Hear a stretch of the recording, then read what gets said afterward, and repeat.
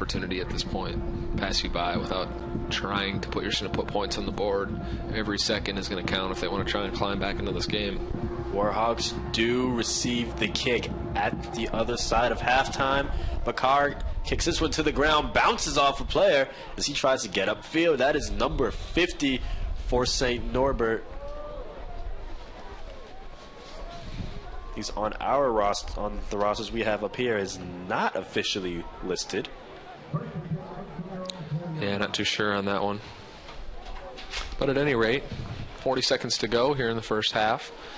And is the community impact, and with the community about at length here at Whitewater, like as long as I guess it's safe to say that as long as everybody here at Whitewater keeps winning, the entire community and the surrounding towns too, they keep winning as well.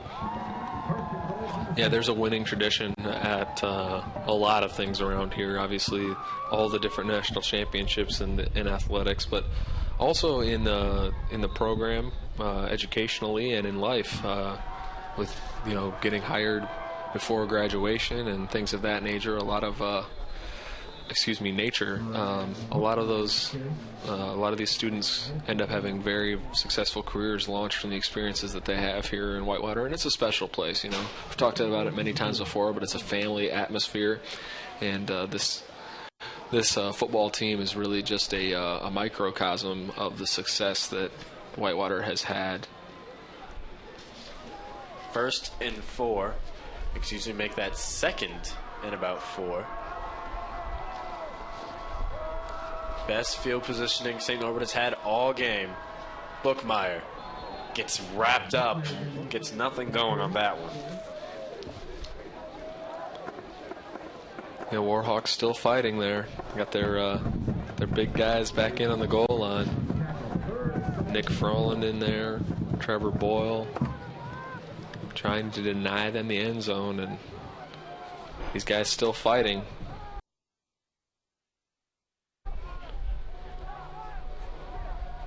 Third and 4.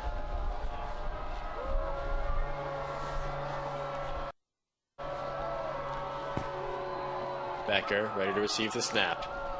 Hands it off. On the reverse. Looks to give it a touchdown pass, and it is intercepted in the end zone. October 20th. Losing a close one there. But that was the last time over 3 years ago. Here's the punt. And it's hauled in by Carter. He gets tackled at around the 15-yard line. Good special teams play there from Buck. He, not the first time today that he has made a play like that. Special teams ace for the Warhawks. So it is now a final elsewhere in the Division III bracket. Ohio Northern holds on and beats Franklin 27-22. They will play the winner of the St. Scholastica UW Oshkosh game that is set to kick off in about 45 minutes or so. First down for St. Norbert. They hand this one off. Obviously, everybody would be shocked if St. Scholastica can come away with a win there. Oshkosh heavily favored in that game as well. And things have kind of been setting themselves up for that third round Oshkosh-Whitewater rematch. Obviously, a lot of history between these two teams. And that would be very interesting to see that game if it does come to fruition. 2nd and 6. Man in motion. Becker hands this one off. He gets tackled, looks like behind the line of scrimmage. That will go backwards. Oshkosh, of course, the third-ranked team in the nation on the D3 poll, 5th ranked in the coaches poll, as opposed to Whitewater being 5th in D3 poll and 8th in the coaches poll, so behind him for him to pull it in. So now another punt ready to take place for St. Norbert.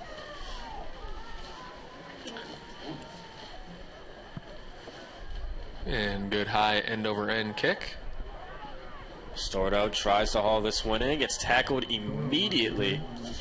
Good hit late on the play there by the Green Knights. That was actually Bookmeyer down the field there to make that hit.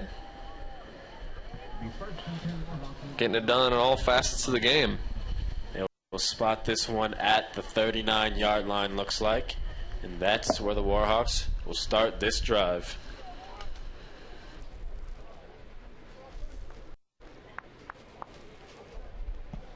Now, looking at the stats for the entire game thus far, Warhawks in the first really have the advantage in a lot of the categories here. In as far as first downs, rushing yards, and looks like yards per play. Passing yards, the advantage does sway towards St. Norbert, but it does not reflect on the scoreboard. First down, Cole Wilbur will hand this one off. Jared Ware on the carry. Yeah, obviously the scoreboard, the most important stat in the game, and Whitewater just dominating that particular one.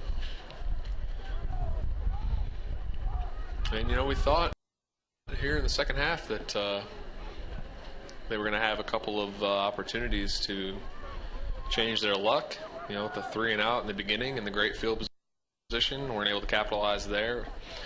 Had some turnovers they weren't able to capitalize on, and then that last red zone opportunity that they couldn't punch in either with the turnover. It's a one-on-one coverage situation, but he was unable to hang on.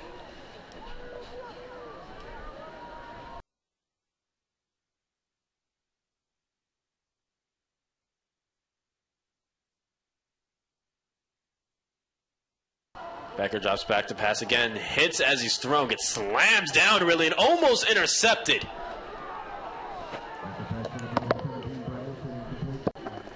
Breaking that pass up.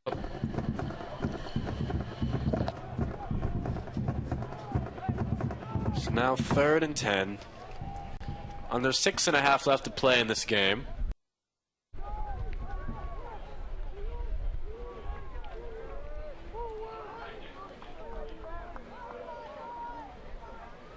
Becker drops back. Throws. That one looked like an errant throw there on Becker's behalf. Incomplete, out of play. Intended target, Marty Franskowiak. Yeah, just missed him. Connor. So now 4th and 10. This ball will be punted off again. Ryan Stordo back to return for the Warhawks. He's lined up at around the 50-yard line.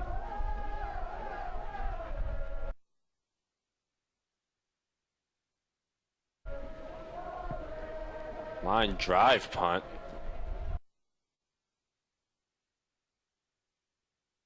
Stordo is just going to let this one get downed as St. Norbert will touch this one at around the 33-yard line.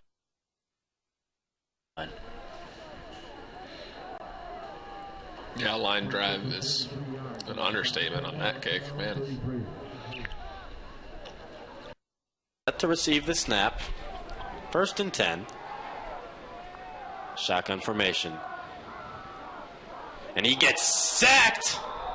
Wow. Just did not see that freight train coming from the Warhawks. That's number 90, Andrew Mulshine, in on the sack. And, yeah, Becker never saw that one coming. To see him there pumping his teammates up, letting him know he's unfazed by the hit. You got to love a player that can take a big hit like that and bounce right back up and more worried about their team's perception of what's going on than what actually just happened. That's a leader.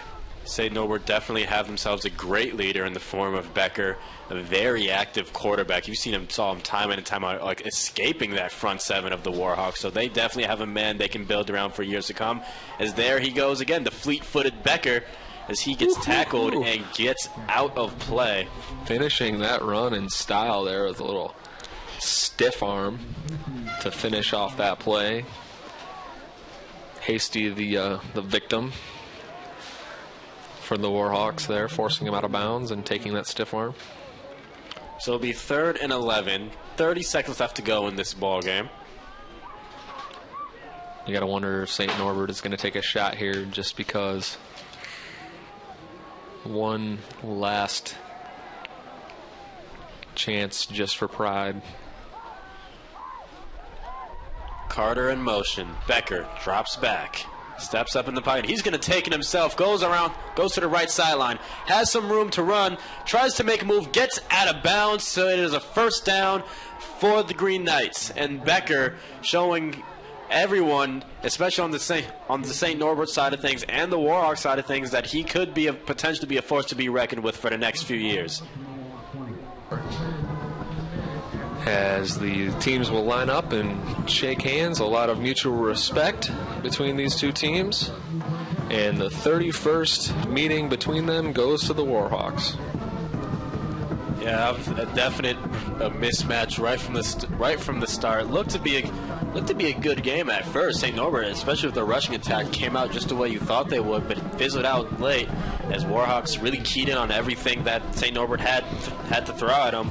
And at the end of the day, they will be the ones advancing on the road to a potential three-peat for the national championship.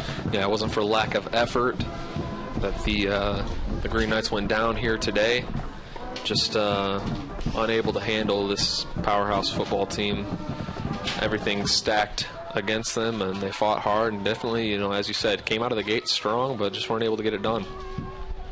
Now we're just await for Kevin Buzz to make his way over to our sideline reporter Andrew Sudlovskis. But until then, it was an amazing game from the Warhawks. And you mentioned it, that on a game like this, it's really hard to see any mistakes that could have been made.